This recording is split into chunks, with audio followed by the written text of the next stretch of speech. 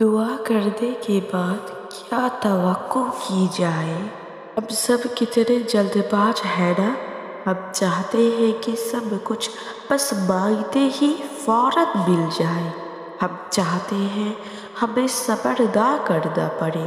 ہمارا کانسیپٹ یہ ہوتا ہے کہ اللہ تعالیٰ تو ہر چیز پر قادر ہے، تو پھر جب میں ابھی یہ دعا کر رہا ہوں تو اسی وقت کیوں نہیں مل جاتی ہے نا۔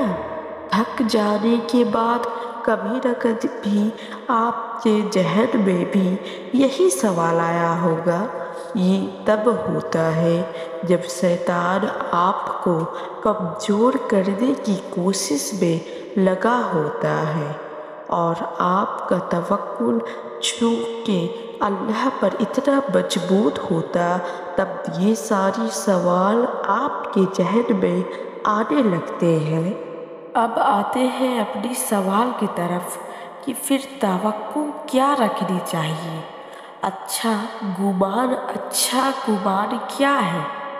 رسول اللہ صلی اللہ علیہ وسلم نے فرمایا، اللہ تعالیٰ فرماتا ہے میں ویسا ہی ہوں جیسا میرے بندے مجھے سمجھتے ہیں، یعنی اس کے لیے وہی کرتا ہوں جو وہ سمجھتا ہے میں اس کے لیے کر سکتا ہوں۔ اللہ تعالیٰ ویسے ہی ہے جیسے آپ گمان کرتے ہیں، آپ کے ساتھ وہی معاملات ہوتے ہیں جیسے آپ گمان کرتے ہیں۔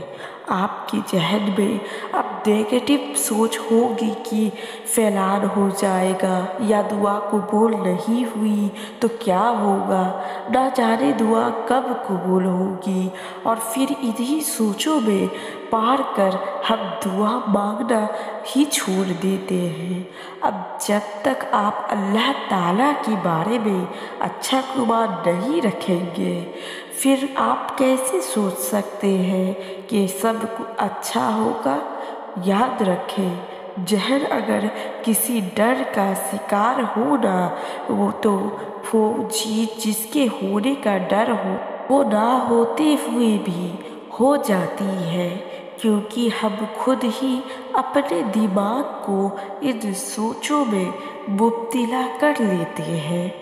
اپنی ذہن میں خود ہی سارے نقشے کھینچنے لگتے ہیں، خود ہی کہانی کے انجام لکھنے لگتے ہیں۔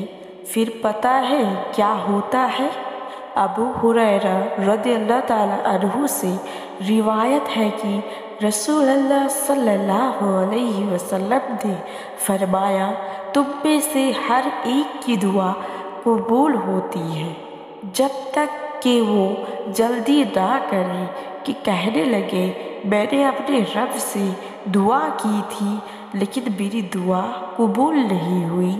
مسلم کی روایت میں ہے، بندے کی دعا اس وقت تک قبول ہوتی ہے جب تک وہ کسی برائی اور قاتل رحمی کی دعا نہ کرے اور جب تک وہ جلدی نہ کرے۔ رسول اللہ صلی اللہ علیہ وسلم سے پوچھا گیا کہ جلدی کرنے سے کیا مراد ہے؟ تو آپ صلی اللہ علیہ وسلم نے فرمایا، یوں کہنے لگے کہ میں نے بھی بہت مرتبہ دعا کی تھی لیکن مجھے نہیں لگتا کہ وہ قبول ہوئی۔ اس پر وہ افسوس شروع کر دے اور دعا کرنا چھوڑ دے۔ ہمیں کتنا صاف صاف بتا دیا گیا ہے اس حدیث میں کہ ایک بندے کی دعا قبول ہونے کی والی ہوتی ہے کہ وہ یہ کہہ دیتا ہے میری دعا تو قبول ہی نہیں ہو رہی، اور دعا کرنا چھوڑ دیتا ہے۔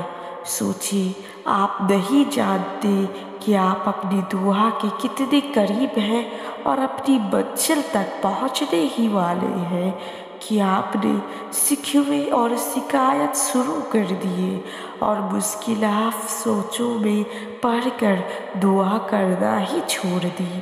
آپ نہیں جانتے کہ آپ کی قبولیت کا وقت کیا ہے، انسان کچھ بھی نہیں جانتا اور نہ ہی اسے اللہ کی مصلحت سمجھ سکتی ہے۔ جو وقت اللہ تعالیٰ نے آپ کے لیے مقرر کر رکھا ہے وہی وقت آپ کی دعا کی قبولیت کا بہترین وقت ہے۔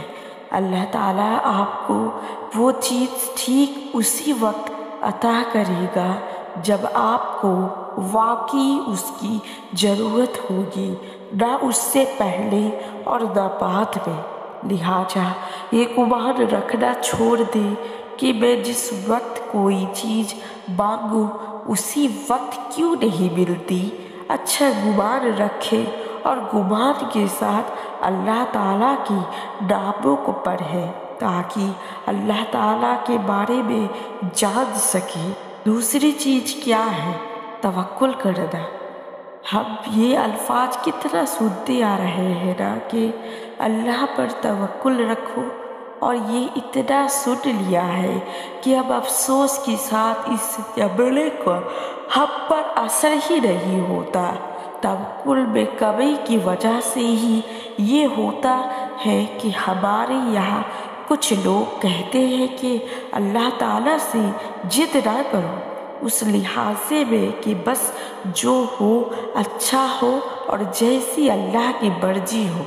تو جی بالکل اچھی بات ہے، لیکن یہ توکل نہیں ہے، یہ یقین نہیں ہے۔ جب دعا مانگتے ہیں تو بس توکل یہ ہوتا ہے کہ ملے گی، ضرور ملے گی۔ جیسے حدیث میں ہے کہ ابو ہریرہ رضی اللہ تعالیٰ عنہ سے روایت ہے کہ رسول اللہ صلی اللہ علیہ وسلم نے فرمایا، تم میں سے کوئی شخص اس طرح نہ کہے کہ یا اللہ اگر تو چاہے تو مجھے معاف کر دے، میری مغفرت کر دے، بلکہ یقین کے ساتھ دعا کرے، کیونکہ اللہ پر کوئی زبردستی کرنے والا نہیں ہے۔ تو توکل رکھنے والا یہ ہوتا ہے کہ چاہے راستے نظر نہ بھی آئے، میرا رب تو راستے بنانے والا ہے، اس کے لیے بھلا کچھ مشکل ہے۔ پھر آپ اپنے آپ کو سوچوں میں مبتلا کیوں کرتے ہو؟ اب ہمارے یہاں بہت سے لوگ سب سے بڑی غلطی کیا کرتے ہیں؟ پوچھتے ہیں کہ میں نے فلاں چیز مانگی تھی یا فلاں شخص کو مانگا تھا، وہ تو ملا ہی نہیں، اب دعا کروں یا نہیں؟ تو دیکھیں یہ جو آپ کا کانسیپٹ ہے نا کہ بس خوشی اسی میں ہے جو میں نے مانگی ہے، باقی مجھے کسی چیز سے خوشی نہیں مل سکتی، تو یہ کانسیپٹ غلط ہے۔ آپ نے کیسے سوچ لیا یہ خود ہی سے کہ وہی چیز بہتر ہے آپ کے لیے؟ آپ کی عقل بہت محدود ہے، آپ تصور کا صرف ایک رخ دیکھتے ہیں۔ یہ جان لیں پوری تصور صرف اللہ کے سامنے ہے، لہذا دعا کرنے کے ساتھ ساتھ یہ توقع رکھے کریں کہ ملے گی، اور دوسری توقع کہ بہترین ہی ہوگا، کیونکہ میرے اللہ میرا برا کبھی بھی نہیں چاہتا۔ اس کانسیپٹ کو نکال دیں اپنے ذہن سے کہ میری خوشی بس اسی ایک چیز میں ہی تھی۔ آپ کو کیا پتا ابھی کتنی خوشیاں باقی ہیں آپ کے لیے، اور کس کس چیز سے اللہ نواز سکتا ہے آپ کو جو آپ کی سوچ سے بھی دور ہوگی۔ پھر جب آپ کی توقع یہ نہ ہونا کہ میرا لیے بس وہی چیز بہترین تھی جو میں نے مانگی اور نہیں ملی، تو پھر آپ بھی انہی لوگوں میں سے ہو جاتے ہیں جو کہتے ہیں کہ اللہ کے لیے کیا مشکل تھا، اور شکوے کرنے کے بعد آپ اللہ سے ہی دور ہو جاتے ہیں، پھر دعا مانگنا ہی چھوڑ دیتے ہیں۔ کیوں؟ یہ کیسے سوچ لیا آپ نے کہ آپ اللہ سے دور جا کر خوش رہ سکتے ہیں؟ وہ رب جو اتنی محبت کرتا ہے آپ سے، اس کو چھوڑ کر دنیائی خوشیاں کا انتخاب کر لیا آپ نے؟ ہاں، اللہ سے اللہ کو ہی نہیں مانگا آپ نے کبھی، تو کیا ہی مانگا پھر آپ نے؟ اللہ سے اللہ کو ہی نہیں مانگا تو پوری دنیا مل سکتی ہے، لیکن اللہ نہیں مل سکتا، اور اللہ نہیں ملا تو سب کچھ ہو کر بھی آپ کے پاس کچھ نہیں۔ دیکھیں، اسی لیے تو استخارہ کی دعا میں کیا ہے کہ یا اللہ، میں کچھ نہیں جانتا، تو ہی غیبوں کا جاننے والا ہے۔ اگر یہ کام میرے لیے بہتر نہیں ہے تو اسے مجھ سے پھیر دے اور مجھے اپنے فیصلے پر راضی کر دے۔ یعنی اللہ تعالیٰ آپ کو خوش کر سکتے ہیں نا۔ خوشیاں اور غم سب اللہ کی مرضی اور اجازت سے ہوتا ہے۔ آپ کو پتہ بھی نہیں ہوگا کہ اگر وہ چیز آپ کو مل جاتی تو آپ کا کتنا نقصان ہو جاتا۔ اس لیے توقع ہمیشہ اچھی رکھنی چاہیے۔ اللہ تعالیٰ کے بارے میں آپ کا گمان ہمیشہ پازیٹیو ہونا چاہیے۔ دعائیں صبر کے ساتھ اچھا گمان بھی مانگتی ہیں۔ دعائیں جلد بازی اور ناشکری نہیں مانگتی، دعائیں وقت مانگتی ہے۔ جو کام ہوتا ہے بھلائی آپ کی ہی ہے، چاہے سمجھ آ رہا ہے آپ کو یا نہیں، چاہے فیصلہ اس وقت آپ کے حق میں ہے یا نہیں، مگر اصل میں تو فیصلہ آپ کے لیے ہی بہترین ہوتا ہے، اور جسے یہ سمجھ آ گیا پھر اس کے لیے آگے کے راستے آسان ہیں۔ جزاک اللہ خیر۔